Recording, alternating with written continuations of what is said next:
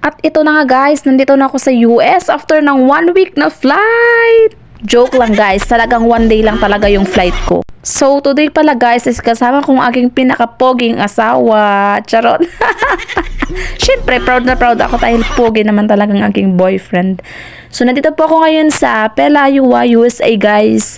At 2 linggo na po ako dito at I'm so happy kasi nga pinasyal niya ako dahil gusto kong makita yung talagang tanim nilang tulip at excited na ako na makita yung mga bulaklak nito guys. Ayan. So dito nga pala sa Iowa guys, meron silang tulip time. So yan ay diniriwang nila guys tuwing buwan ng Mayo. At yan, kasama ko nga siya at sobrang makikita nyo naman talaga na napakaganda dito, napaka-fresh at talagang napakalamig. Kung talagang ikaw ay gustong mamasyal dito guys, talagang magdala ka ng 3 pares na jacket.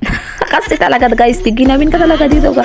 Hindi pwedeng mamamasyal ka ng sexy. Kailangan nakapants ka, kailangan naka-jacket ka ng hindi lang isang piraso, 2, 3. Dahil kahit maaraw dito guys, talagang napakalamig. So yan, makikita nyo naman talaga may windmill sila dito. At namangha ako sa puno na ito guys dahil napakaganda, napakapula at akala ko nga, tinanong ko nga yung fiancé ko kung pwedeng makain ito. Ang sabi niya sa akin ay hindi daw pwede at yan ay isang puno lamang na maganda yung kanyang bunga. At makikita naman talaga natin dito ay napakaganda. Dati, nasa TV ko lang makikita yung mga ganitong puno. Wala silang dahon lanta na talaga guys kasi nagkaroon ng snow dito. Nanghihinayang talaga ako guys dahil hindi ko naabutan yung snow dito dahil maglalaro sana ako at higaan ko. Pero sabi naman ng fiancé ko ay magkakaroon pa daw ng snow dito guys. Abay, dapat lang at makakapaglaro ako.